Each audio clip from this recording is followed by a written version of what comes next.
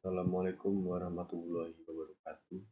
Perkenalkan, nama saya Adi Prayitno, NPM 21530240002. Di sini saya akan menjelaskan materi mengenai konsep dasar belajar dan pembelajaran.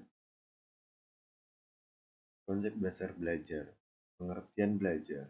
Belajar adalah suatu proses atau upaya yang dilakukan setiap individu untuk mendapatkan perubahan tingkah laku, baik dalam bentuk pengetahuan, keterampilan, sikap, dan nilai positif sebagai suatu pengalaman dari berbagai materi yang telah dipelajari. Belajar menurut para ahli yaitu menurut Dimyati dan Budiono, belajar merupakan suatu proses internal yang kompleks. Yang terlibat dalam proses internal tersebut adalah yang meliputi unsur afektif. Dalam matra afektif berkaitan dengan sikap, nilai-nilai, interest, apresiasi, dan menyesuaikan perasaan sosial. Kemudian, menurut Jamarah dan Zain, belajar adalah proses perubahan perilaku berkat pengalaman dan latihan. Artinya, tujuan kegiatan adalah perubahan tingkah laku, baik yang menyangkut pengetahuan, keterampilan, maupun sikap, bahkan meliputi segenap aspek organisme atau pribadi. Kemudian menurut Hamalik, belajar adalah bukan suatu tujuan, tapi merupakan proses untuk mencapai tujuan. Belajar adalah modifikasi atau mempertegas kelakuan melalui pengalaman. Kemudian menurut Hamzah, belajar merupakan suatu proses yang sistematis yang tiap komponennya sangat menentukan keberhasilan anak didik. Kemudian menurut Reber, belajar adalah proses mendapatkan pengetahuan. Selanjutnya ciri-ciri perilaku belajar menurut Demarat. Ada 8 ciri-ciri perilaku belajar. Yang pertama, perubahan yang didasari dan sengaja. Yang kedua, perubahan yang berkesinambungan. Yang ketiga, perubahan yang fungsional. Yang keempat, perubahan yang bersifat positif. Yang kelima, perubahan bersifat aktif. Yang keenam, perubahan yang bersifat permanen. 7. Perubahan yang terjadi berarah atau bertujuan. Yang kedelapan, perubahan perilaku secara keseluruhan. Selanjutnya ada juga faktor-faktor yang mempengaruhi belajar. Ada 2 faktor yang mempengaruhi belajar menurut Dimyati Mahmud, yaitu yang pertama faktor internal. Faktor internal adalah faktor yang berasal dari dalam diri siswa itu sendiri. Faktor internal meliputi faktor jasmani dan faktor psikologis. Kemudian yang kedua, faktor eksternal. Faktor eksternal merupakan faktor yang bersumber dari luar individu itu sendiri. Faktor eksternal meliputi faktor lingkungan keluarga, faktor lingkungan sekolah, dan faktor lingkungan masyarakat. Kemudian ada juga motivasi belajar. Motivasi yang tinggi dapat meningkatkan aktivitas belajar siswa.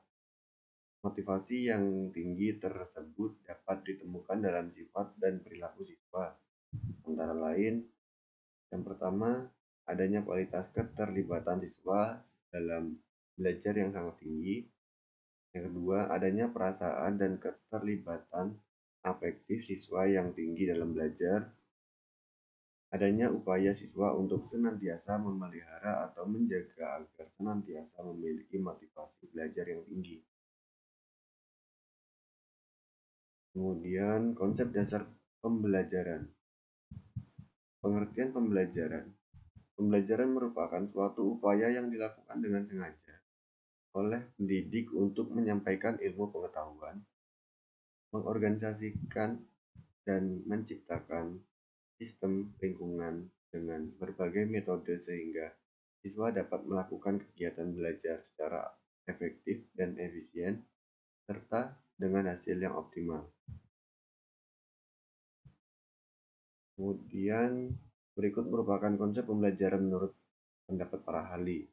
Yang pertama menurut Gegne, pengertian pembelajaran menurut Gegne adalah seperangkat peristiwa-peristiwa eksternal yang dirancang untuk mendukung beberapa proses belajar yang bersifat internal.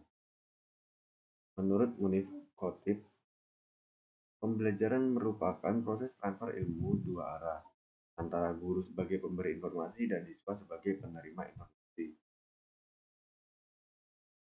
Kemudian menurut Warsita, arti pembelajaran menurut Warsita merupakan suatu usaha untuk membuat peserta didik belajar atau suatu kegiatan untuk membelajarkan peserta didik. Menurut Gegne dan Brick, pengertian pembelajaran adalah suatu sistem yang bertujuan untuk membantu proses belajar siswa yang berisi serangkaian peristiwa yang dirancang, disusun sedemikian rupa untuk mempengaruhi dan mendukung terjadinya proses belajar siswa yang bersifat internal. Kemudian menurut Sutikno menyatakan bahwa metode pembelajaran adalah cara-cara menyajikan materi pelajaran yang dilakukan oleh pendidik agar terjadi proses pembelajaran pada diri siswa dalam upaya untuk mencapai tujuan. Selanjutnya metode pembelajaran. Metode pembelajaran adalah cara yang digunakan dalam proses pembelajaran sehingga diperoleh hasil yang optimal. Adapun prinsip dalam pemilihan metode pembelajaran adalah disesuaikan dengan tujuan, tidak terikat pada suatu alternatif, dan penggunaannya bersifat kombinasi.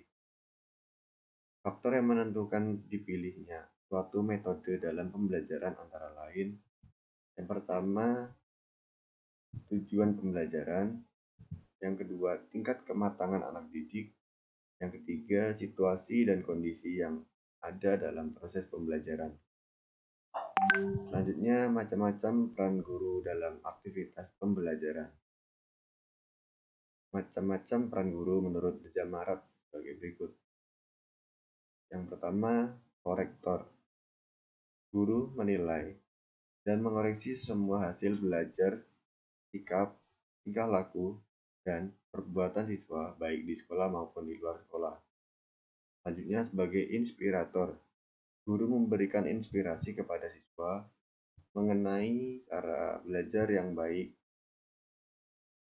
Kemudian sebagai informator, guru memberikan informasi yang baik dan efektif mengenai materi yang telah diprogramkan serta informasi perkembangan ilmu pengetahuan dan teknologi. Kemudian sebagai organisator, guru berperan mengelola berbagai kegiatan akademik baik intrakurikuler maupun ekstrakurikuler sehingga tercapai efektivitas dan efisiensi anak didik. Kemudian sebagai motivator, guru dituntut untuk dapat mendorong anak didiknya agar senantiasa memiliki motivasi tinggi dan aktif belajar. Kemudian sebagai inisiator, guru menjadi pencetus ide-ide kemajuan dalam pendidikan dan pengajaran. Yang terakhir, sebagai fasilitator, guru hendaknya dapat menyediakan fasilitas yang memungkinkan anak didik dapat belajar secara optimal. Mungkin cukup sekian materi yang dapat saya sampaikan. Jika ada salah kata saya mohon maaf, pada Allah saya mohon ampun. Saya akhiri, wabillahi taufiq walhidayah. Wassalamualaikum warahmatullahi wabarakatuh.